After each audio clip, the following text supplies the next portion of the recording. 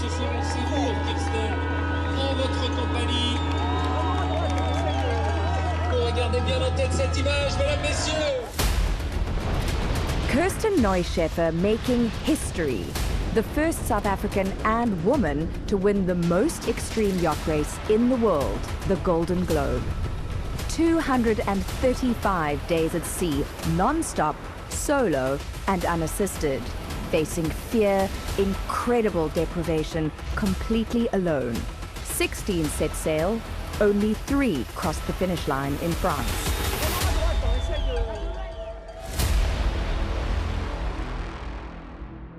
It's a moment that I'll never forget. And, after 8 months all alone and just, I'd achieved my goal. I'd done what I wanted to do. So that was really, really amazing.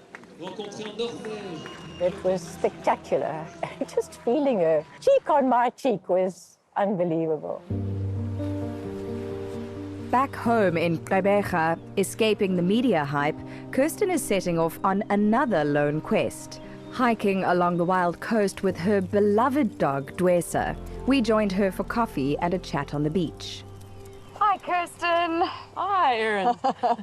World-winning Golden Globe champion, now sitting on the beach making a fire. Yeah, I'm champion 𝗃𝗍𝗶𝗴𝗶 on the beach.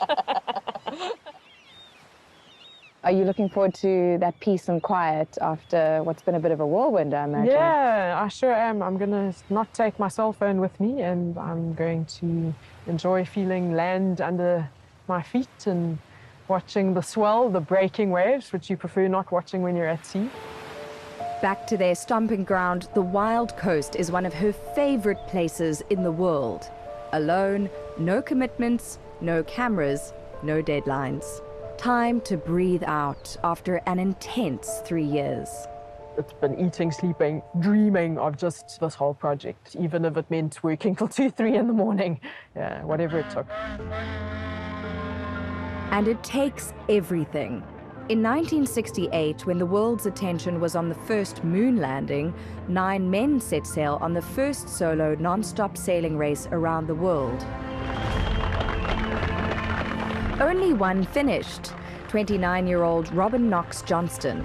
This is only the 3rd race since 1968, strictly using the same technology and boats that are more than 35 years old. Even the prize money remains as it was, a princely £5,000. That's the beauty of this race. It's not just about how fast you're going to be and how high-tech your boat is. It's about, are you going to find your way around the world? Are you going to avoid dangers? If it's also a survival race. For the last 40 years, people have depended on navigating with a GPS and detailed advanced weather warnings. This is sailing stripped to the bare essentials. Think old school. No GPS, navigating with the sun, a wristwatch, and a sextant. And music? Strictly cassette tapes.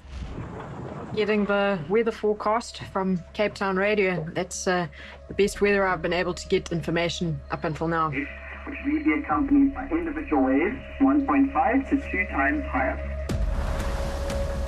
Often with no idea of what kind of weather was coming at her or where her fellow contestants were, until she crossed the finish line, Kirsten never let up. I've got no racing background, but it was in the back of my mind the whole time. Keep going faster, keep a balance between enjoying the ride, keeping the boat safe, staying well rested, but pushing it as hard as I could. Preparing for a storm isn't a 10-minute job, and perhaps in the dark and in the rain, it's not going to be a lot of fun. I like the fact of having to think about, how am I going to do this all on my own? How am I going to be on the bow and on the stern of the boat simultaneously? You'd have seen me talking to myself quite a bit. Like, I'd give myself instructions as I would a crew.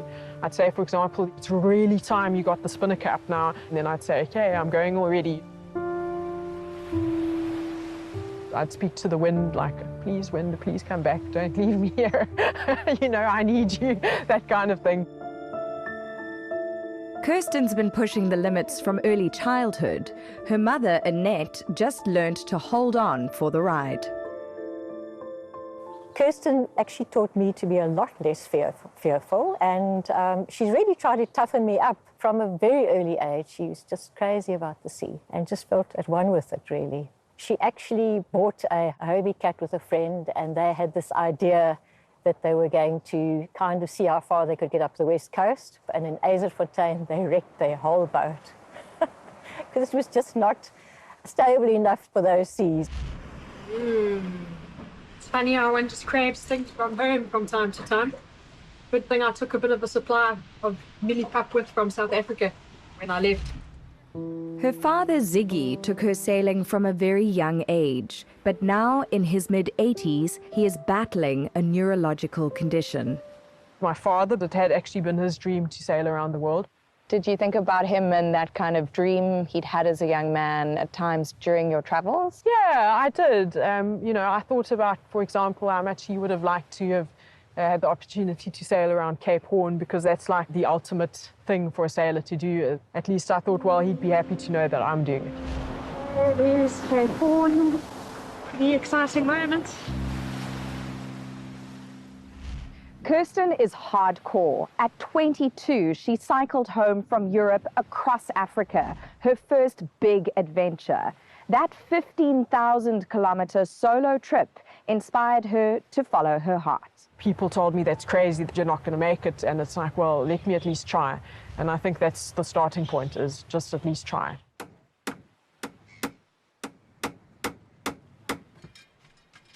I just suddenly realized how determined she was to do this race, and how hardworking she is, and how disciplined she has remained. Despite briefly sailing inshore in Cape Town, race rules said no one was allowed on or off the yacht. But she did see friends and family. Now that I'm, so to say, on my way again after just waving at them briefly, I feel lonelier than I have during the whole trip. What is it about who you are that allows you to really manage those moments? For me, if I'm in a city and no one's making eye contact with me and no one's talking to me, that's when I feel lonely. So the majority of the time on this trip, I felt solitude, but I felt it in a way that I could commune more with nature rather than that I'm craving other human company. Ironically, a distress call put Kirsten in contact with another human in the most dramatic and unexpected way. Getting that distress call galvanized Kirsten into action. Her fellow contestant 𝗃𝗵𝗴𝗶𝗴𝗆 Lentinen's yacht had sunk. He was bobbing around in a life raft in the Southern Ocean.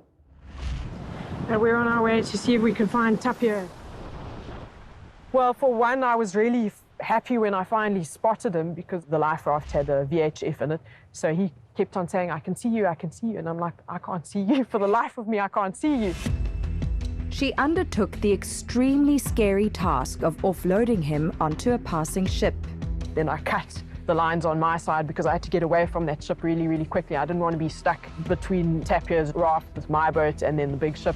So, yeah, now he's on the ship, on his way to China. And then, what sailors have feared most for centuries. You know that expression, down in the doldrums? This is literally where it comes from. Stuck in the middle of a race for 2 weeks, going nowhere. Yep, that's it. Dead calm. So if I was really getting frustrated to the point that I wanted to rip my hair out, I'd just jump over the side and swim until I was out of breath, and then look back at the boat and say, that looks a bit small, I better get back to the boat, climb up. Then you've got a bit of adrenaline anyway, because it gets a bit creepy after a while. Eventually, the wind returned. There's such a sincerity behind a lot of the messages that people have sent me, where I almost feel guilty because they're saying such lovely things to me, and I'm saying, well, ultimately I went out there and did what I wanted to do. It was about me, myself and I, but I'm sure it had a really positive impact on me being all on my own out there and having people behind the scenes saying, yeah, we're rooting for you, we hope you win. Although it was a solo race, there were a lot of people behind me to make it happen for me, so somewhere I'd like to give back.